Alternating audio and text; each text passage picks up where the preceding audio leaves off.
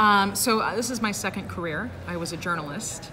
I was based overseas, and when I came back to the United States, I was sort of more interested in thinking about strategy and working in technology as it related to news.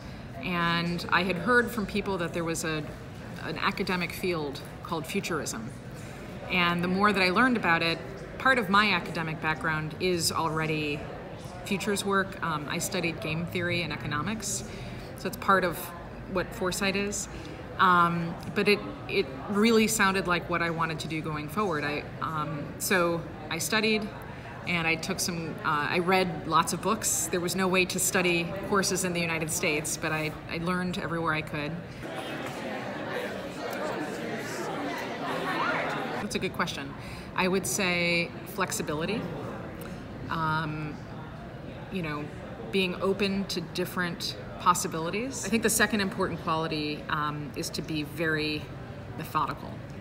So really great futurists are people who are willing to put in a lot of work and go through step by step by step by step to figure things out.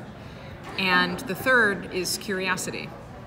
If you are always curious about everything and you always want to know why, or what could it mean, or what would happen, I think that those are really good qualities for a futurist.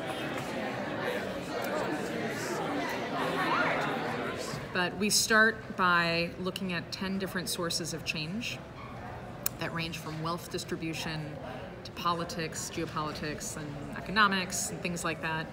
And we look at how those things intersect, where technology falls, and we think about lots of different areas of change. So basically, we go through a lot of research and a lot of information, and then we use a pattern identification system that we call cipher, but we're looking for contradictions, inflections, different patterns in all of that information. And from that, we do a big analysis, and then we find trend candidates, and we have a lot of those, and then we go through and evaluate all of those candidates, and at the end of all of that, we have a list of trends, which could totally be wrong tomorrow. Most of them aren't. Most of the trends that we follow have a very long development cycle, but they could change at any time, so that's where flexibility comes into play.